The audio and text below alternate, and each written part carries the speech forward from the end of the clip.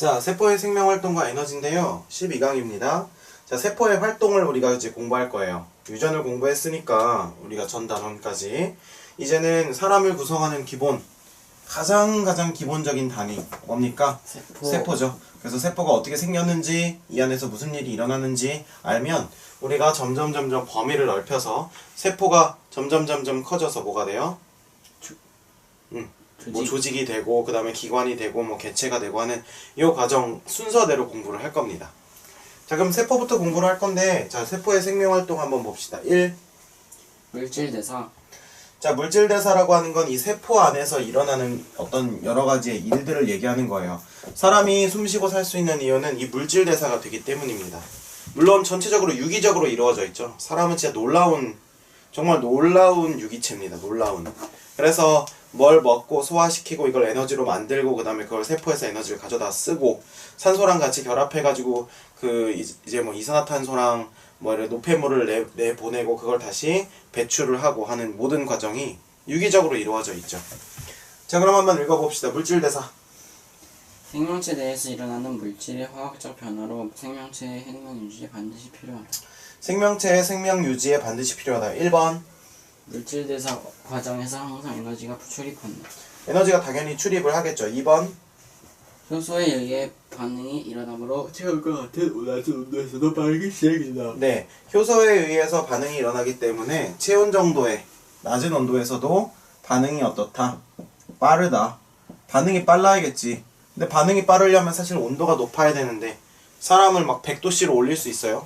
그럼 다 망가지겠죠, 죽어요. 기관이. 그래서 그걸 해결하기 위해서 등장한 게 뭐예요? 엔자임, 효소라는 거죠. 자, 그러면 우리가 한번 좀 더 읽어봅시다. 물질대사의 종류에는 뭐랑 뭐가 있대요? 동화작용과 이화작용. 자, 동화작용과 이화작용이 있다고 합니다. 자, 동화작용은 뭐래요? 작은 분자의 물질로부터 큰 분자. 네. 의 물질을 합성하는 과정으로 에너지가 흡수된다라고 써있네요. 자, 작은 것부터 큰 걸로. 이화작용은 반대로 큰 것부터 작은 걸로. 처음에 배웠잖아요, 그죠? 네. 그래서 동화작용은 뭔가 합성해 나가는 거, 이화작용은 뭔가 분해해 나가는 거. 우리가 그렇게 보면 되겠습니다. 됩니까? 네. 그래서 예를 들면 동화작용의 예는 뭐가 있어요? 동화작용은 녹색 식물의 광합성, 광합성을 다른 말로 탄소 동화작용, 단백질의 합성, 질소 동화작용. 네, 이런 것들이 있다는 겁니다. 이화작용은요? 세포호흡. 세포호흡. 세포가 호흡해서 에너지로 해가지고 뭔가 이렇게 일을 하는 거. 자, 에너지의 생성과 이용에 대해서 한번 공부를 합시다. 여러 가지 얘기들이 있네요. 일단 세포호흡은 뭐라고 돼 있어요? 세포호흡은요, 유기 영양소를 산화시켜 에너지를 방출하는 반응. 사실 중학교 때부터 호흡이란 이름으로 배웠었지. 우리가 중학교 때 처음 생물을 접하면 제일 어이가 없는 게 호흡이 뭐야? 그럼 애들이 이렇게 숨 쉬는 거예요. 근데 숨 쉬는 게 아니지. 호흡이라고 하는 건 엄밀히 말하면 산소를 통해서 에너지를 생성해내는 작업이죠. 그래서 세포호흡이라고 하는 것들을 우리가 식을 보면 이렇게 써 있어요. 포도당에다가, 자, 포도당도 이제는 외워야죠. C6H12O6 이렇게 나와 있고요. 포도당에다가 뭐랑 뭐를 첨가해서 산소와 물. 산소와 그 다음에 물을 첨가를 하면, 산소 6개, 물 6개. 자, 뭐가 됩니까? 이산화탄소. 이산화탄소가 생성이 되고, 또 물과 에너지. 네, 물 생성되고요. 자, 여기서부터가 중요한데 뭐가 됩니까? 에너지. 에너지라고 돼 있죠. 에너지. 에너지에는 뭐라고 설명이 돼 있니? 38 ATP 더하기 열 에너지. 네, 38 ATP랑 그 다음에 플러스 열 에너지 이렇게 나와 있죠. 네. 어쨌든 이거 뭐 이런 건 좀 나중에 배우고, 자, 에너지가 생성이 된다는 거예요. 그래서 세포가 호흡을 했다. 아하, 에너지를 생성을 했다. 아하, 이렇게 보는 거죠. 됐습니까? Yes, 자, 그럼 ATP에 대해서 공부를 해보자고. ATP. ATP 생명활동에 이용되는 에너지의 저장 물질이며 운반 물질로 ATP와 무기 인산으로 분해될 때 에너지가 발생한다. 그렇죠. 여기 보면은 잘 보세요. 포도당을 산화시켰을 때 이 산화라는 포도당, 그러니까 세포호흡의 생성물이 나오고요. 근데 사실 이런 건 중요하지 않죠. 중요한 건 이 세포호흡의 목적은 에너지 생성이라는 거야. 근데 이 에너지 생성을 할 때 세포가 호흡하자마자 에너지 생성한다는 개념보다는 이런 ATP라고 하는 뭐가 나오냐면 건전지가 나온다고 보면 돼요. 이 건전지는 즉석에서 사용할 수 있는 거야. 마치 뭐 그런 거랑 똑같죠. 이렇게 딱 따면은 막 치고 막 불이 나는 이런 즉석 연탄 같은 거. 오케이? 자, 그래가지고 이런 ATP가 생성이 되는데, 이 ATP를 조금 더 디테일하게 보자면 ATP는 바로 에너지로 쓰인다기보다는 어떻게 볼 수 있냐면 ATP는 ADP와 또 뭐라고 돼 있어요? ATP 뭐라고 돼 있어요? 열 에너지 무기인산? 네, 무기인산. 무기인산이 뭐지? 그 다음에 뭐라고 돼 있어요? 에너지. 에너지라고 돼 있죠? 이게 재밌는 게 ATP에서 이 T라고 하는 건 try라는 뜻입니다. try, TRI. 그러니까 세 개라는 뜻이에요. 세 개. 오케이? 그래서 우리가 뭐 삼각대 같은 것도 트라이포드 이렇게 돼 있잖아. 트라이앵글. 트라이앵글도 있고요. 그 다음에 이 D는 더블, 다이라고 하는 의미야. 그러니까 무슨 말이냐면 두 개. 그러니까 이건 뭐냐면 인산이 세 개가 모여 있는 거야. 근데 인산이 두 개가 모여 있는 거예요. 그러니까 내가 아까 이런 걸로 얘기를 했지. 예를 들면 이렇게 생긴 요 펜이 인산이 세 개짜리라고 해봐. 하나, 둘, 세 개. 이거를 똑 따면 인산이 두 개가 되죠. 그러면 인산 두 개랑 인산 하나로 나눠진다고. 요 똑 따는 순간 지금 요 소리가 나는 것처럼 에너지가 톡 튀어나오는 거야. 무슨 개념인지 알겠죠? 그래서 그렇게 저장을 하는 거예요. ATP라고 하는 것 속에다. 근데 재밌는 건 이렇게 똑 따고 얘네들을 버리는 게 아니라 다시 여기다 에너지를 투입하면 역과정이 일어나요. 보세요. ADP랑 ATP는 인산이란 얘기죠. 인산 하나 차이 나는 거예요. 그래서 보세요.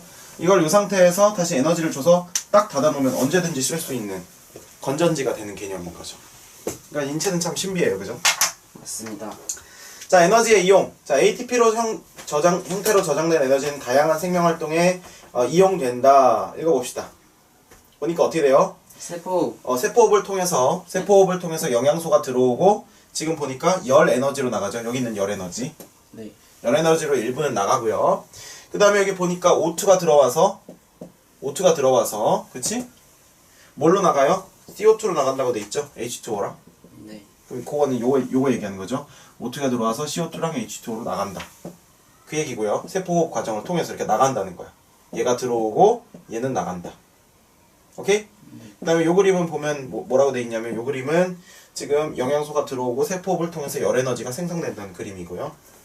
그 다음에 이 세포호흡을 통해서 에너지가 생성된 것은 재밌는 게 이 에너지는 두 가지로 쓰일 수가 있는 게 ADP 플러스 무기인산을 우리가 하면 요 에너지를 통해서 뭘 만들 수 있고 ATP를 만들 수 있고 건전지라고 했지?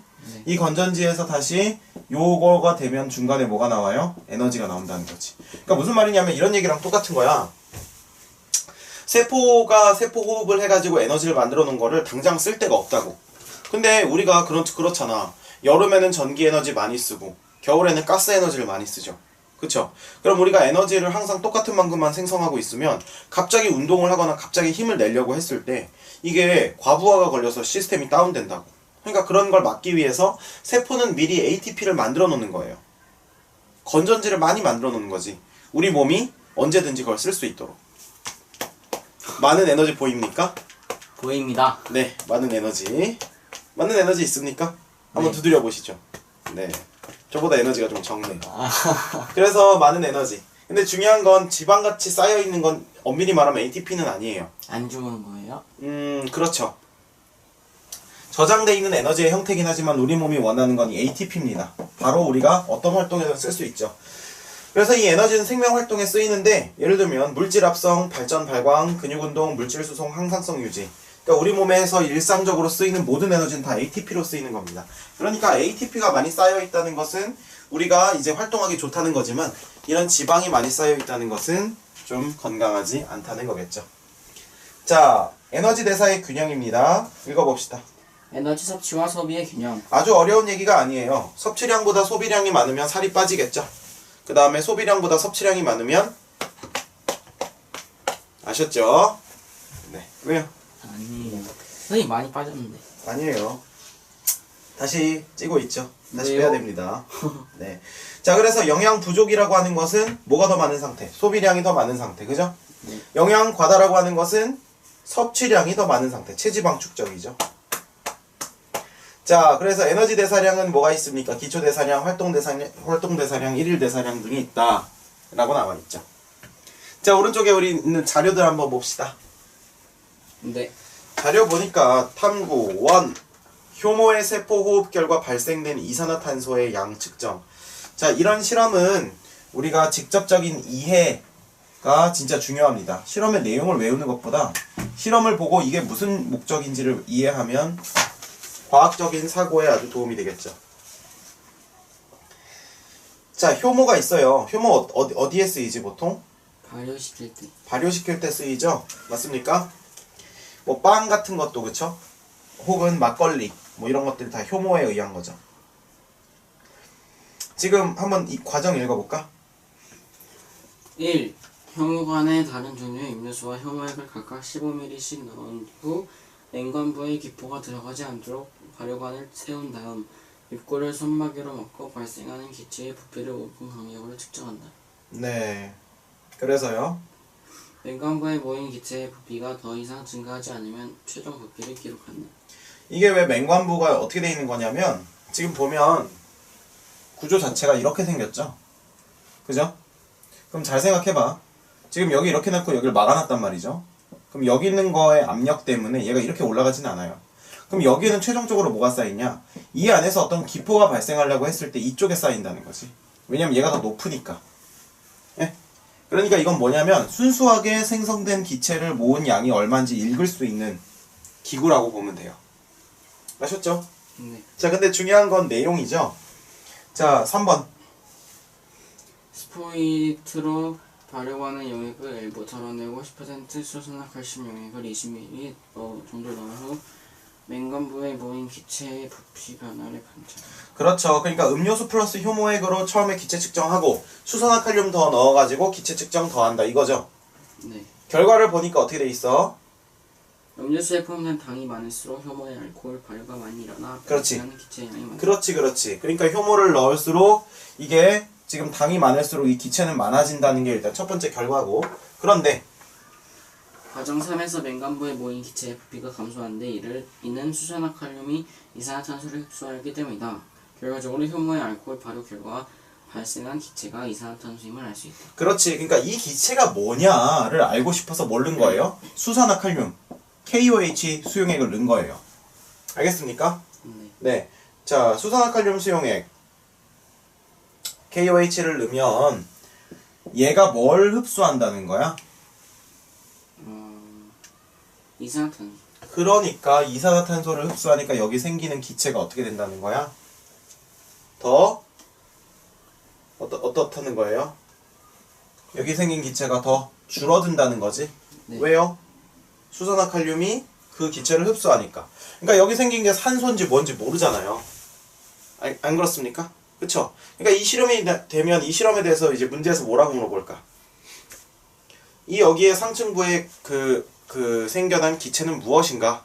그럼 뭐라고 대답해야 돼? 이산화탄소다. 그럼 왜 그렇게 생각하는가? 수산화칼륨 수용액을 넣는데 수산화칼륨은 이산화탄소를 흡수하는 성질이 있기 때문에 여기 수산화칼륨을 넣고 여기 기체의 부피가 줄어든 것으로 보아 이것은 수산화칼륨이 이산화탄소를 흡수했다고 볼 수 있다. 그렇기 때문에 여기 모인 건 이산화탄소다. 이렇게 결론을 내면 되는 거죠. 됩니까? 오케이. 자, 그 다음에 그 밑에 자료 한번 볼까요? 뭐와 뭐에 비교해요? 세포과 연소의 차이점. 네, 자 보세요. 무슨 말이냐면 이런 얘기예요. 왜 몸이 ATP라고 하는 건전지를 따로 만들어 둘까? 이겁니다. 자 보세요. 우리가 종이를 태웠어. 종이를 태웠어요. 그럼 거기 뜨겁고 막 열이 막 나지. 근데 이 열을 종이는 지금 막 30초 만에 타버렸는데 이 30초 동안 생긴 열을 10분 동안 따뜻하게 유지할 수 있어요? 네. 못하죠. 종이는 다 타버리면은 더 이상 열이 안 나오잖아요. 보관하면 되죠. 네, 말도 안 되는 얘기 하지 마시고요. 자, 그래서 종이가 탔을 때 500kcal가 나왔다고 해봅시다. 보관하면 되는데. 어떻게 보관을 해요? 종이 지금 우리 한번 그럼 태워볼까? 보관할 수 있겠어? 보관 안 되죠. 종이 탈 때 500kcal가 나오면 그 순간이 땡이란 말입니다. 그래서 몸이 생각을 한 거야. 아, 그러면 뭔가를 연소할 때 생기는 이 산화시킬 때 생기는 이 열을 한 번에 우리가 저장을 할 수 없으면 그때 생기고 다 없어져 버리니까 저장을 해야겠다. 그래서 그 과정에서 생겨난 게 뭡니까? ATP예요. 얘를 건전지로 만들어서 여기서 인산 하나 똑 떼어내면 에너지가 나오게 하자.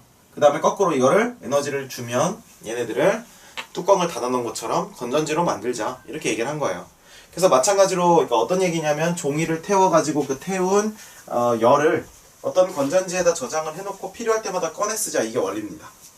아셨죠? 네. 그래서 이렇게 우리가 알 수 있다는 겁니다. 됐죠? 네. 그래서 두 가지를 관찰을 했다는 겁니다. 자, 그 다음에 자료 2요? 네, 평균 에너지량과 권장 에너지량 비교하기. 그렇죠. 그랬을 때 평균 에너지 양과 권장 에너지 양이 있다고 했을 때 결국 이 자료가 얘기하는 건 뭡니까? 평균 에너지 양에 비해서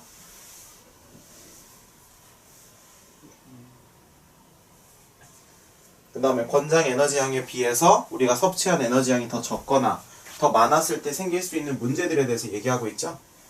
네, 그냥 그게 다예요.